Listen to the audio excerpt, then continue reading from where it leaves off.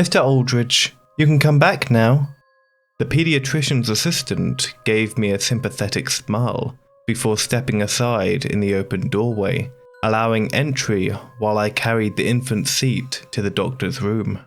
There have been far too many of these. Too many waiting rooms, doctor's appointments, and special treatments. When my girlfriend Marla first got pregnant, I knew my life would change, but this was devastating. We had met a little later in life. I'd just turned 31, and Marla was halfway through her 32nd year. She was emotionally reeling from a vicious divorce, and I was sifting through sinew and marrow of my own broken heart. I informed my college sweetheart that I wanted to marry her, and she informed me that she had slowly been moving her things out of our apartment to a new place. It wasn't pretty, but I can't help thinking that it'd be better than where I currently find myself. I know that sounds awful. Marla and I became sin eaters for each other.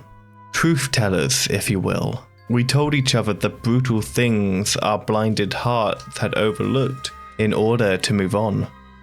With all that tension, deep talks and shoulder crying, of course it was only a matter of time before we mistook need and codependency for love.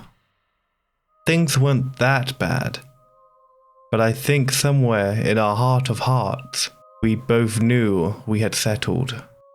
Even so, the pregnancy was welcomed. We both yearned for a deeper purpose, and one of the issues with Marla's divorce was that she hadn't been able to give him children. She was convinced that the reason why she couldn't conceive was because he wasn't the right man. As tough and guarded as I tried to be, I won't deny that the idea of unconditional love wasn't bewitchingly enticing. This child would love me, and I'd love them, no matter what. Forever. When our daughter Hayley was born, our hearts exploded with love, pride, and beauty. I didn't care if Marla wasn't my first choice, or how empty our bed seemed while we were both in it. Hayley would have a father, and that's all that mattered. She had bright, beautiful blue eyes and a strawberry birthmark on her little left shoulder that looked like an angel's kiss. Marla was concerned about it at first, but I wasn't worried. I thought it was the sweetest thing I'd ever seen. Hayley's AGPAR score was exceptional, and we were allowed to leave the hospital in a mere 40 hours later. Marla delivered wonderfully. There wasn't a tear or rip in the entire process. Graphic, I know, but like I said earlier, I was excited to have a baby. I researched everything that I could, and this information was pertinent to Marla's aftercare. We put her in our car seat with a tie-dye cover, not just pinks or purples for our girl. Our little miss deserved all the colours of the rainbow.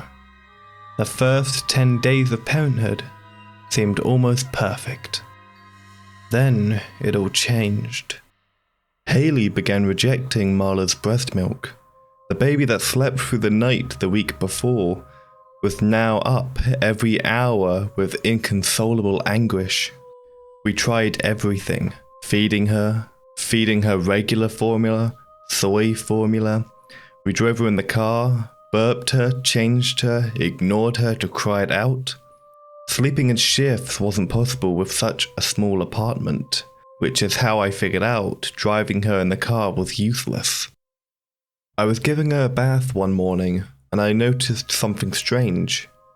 "Marla, come look at this," I called out, fearing I'd dropped our daughter. After feigning shock and offense, I pointed out the issue. "Her birthmark is gone." She reached her hand out to touch Hayley's shoulder, confirming my suspicion. "The doctor did say it would only be temporary," she said dismissively, waving the worry away with a flick of her wrist. The next couple of weeks would show that I was right to worry. Hayley continued to reject the majority of her food, and when she wasn't crying inconsolably, we'd catch her staring into space. She wouldn't move, wouldn't blink. It was eerie. By the time her next doctor's appointment came, Marla and I had an entire list of concerns for the doctor. Our precious baby girl was labelled as failure to thrive at her first month checkup. Soon after, her skin broke out into mottled blotches. To top that all off, I was beginning to suspect. No, I knew that we had a rat problem in the apartment. All sorts of sounds would come from inside the walls, and if I didn't know any better, I'd say something larger was in there. Maybe a squirrel, or even a cat. Something was skittering, pounding, and even yowling at some points. The majority of the activity was at night. We may not have even noticed if we weren't up every hour with the baby. Marla got a promotion at work that brought our family a lot more money, but also brought her a lot more responsibility. The pay increase allowed me to stay home full-time with Hayley. I was able to take her to all of her doctor's appointments and travel to see specialists. Not that any of it actually helped. The only even remotely close diagnosis for a baby with her condition was drug withdrawal. Marla had been drug tested throughout her pregnancy, birth, and for her new job. She'd passed all with flying colours. Marla hadn't even taken so much as Tylenol. The emotional pain, worry, and stress weighed heavily on both of us. Instantaneous, unprepared care and problems thrust upon two lost souls takes its toll. I still love her, and she's worth it. When she looks at me with those brown doe eyes, I fall in love every time. But I'm not going to give you sunshine and rainbows when my life is full of crying, tests, baby puke, and the sickening smell of disinfectant. That's another thing. Hayley's eyes changed into dark golden brown. Now, I wasn't an expert in genetics, but Marla and I both had blue eyes. If we lived a normal life with a healthy child, maybe my mind would have made that an issue. Unfortunately for us, we didn't have the luxury of time to make assumptions. But don't think there weren't times where it didn't peck at my mind like a vulture on a carcass. Each intrusive thought rotted my soul a little bit at a time. Which brings us to the beginning. Me sitting here in the doctor's office with Hayley staring at alphabet choo-choo train papered walls. Marla had an early shift this morning and hopefully will be waiting for us by the time we get home. The doorknob squeaks in protest as the doctor enters the room. By this point, I have Hayley down to just a clean diaper, as I'm ready to get it over with. Well, she begins. Diagnostically, I can't find anything wrong with this little lady. She's still in an alarmingly low percentile for her age and length, but we'll get there. Her face grows stern. If you don't mind, I'd like to send someone for a home visit. She holds her hands up defensively. I know what you're thinking. They won't be there to judge or in any official capacity. I just want to see if Hayley's issues are biological or environmental. We had one patient last year that was 13 months old. She broke out in hives and had breathing troubles every time her mother took her outside. After a home visit, we were able to determine she had an allergic reaction to the jasmine bushes throughout their yard. Anything to help her, I relented. They came to the house a few days later, and luckily, nothing major was found. The only thing they did find was a minute amount of mold in the lower corner of her nursery, along the side of the moulding of the wall. It was definitely a health hazard, but didn't explain her digestive and skin issues.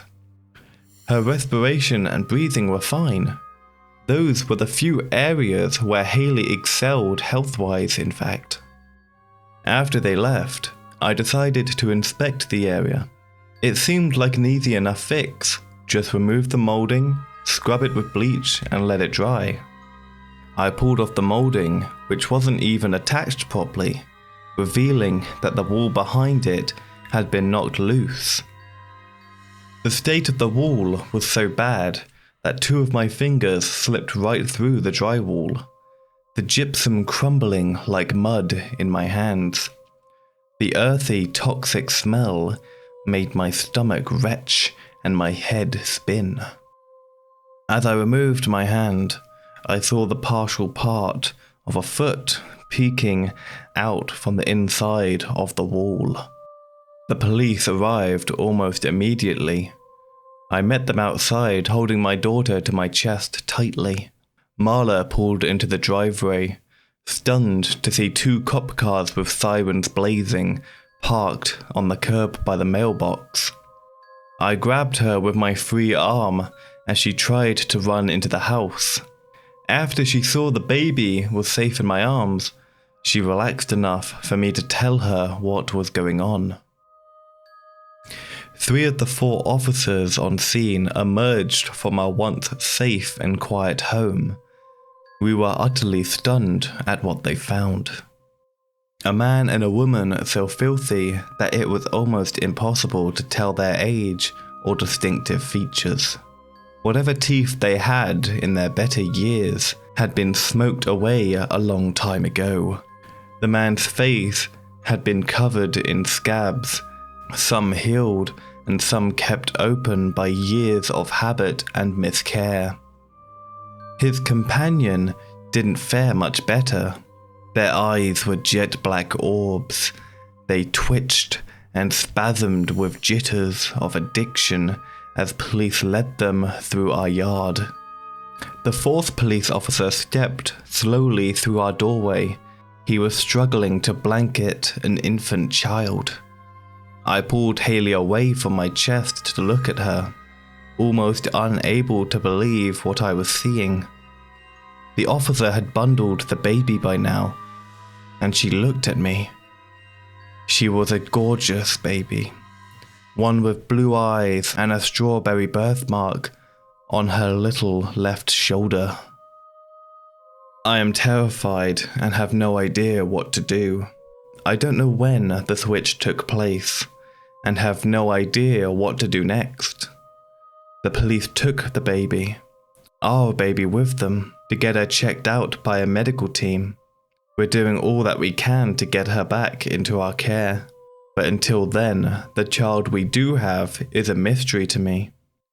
Marla has detached from both of us completely.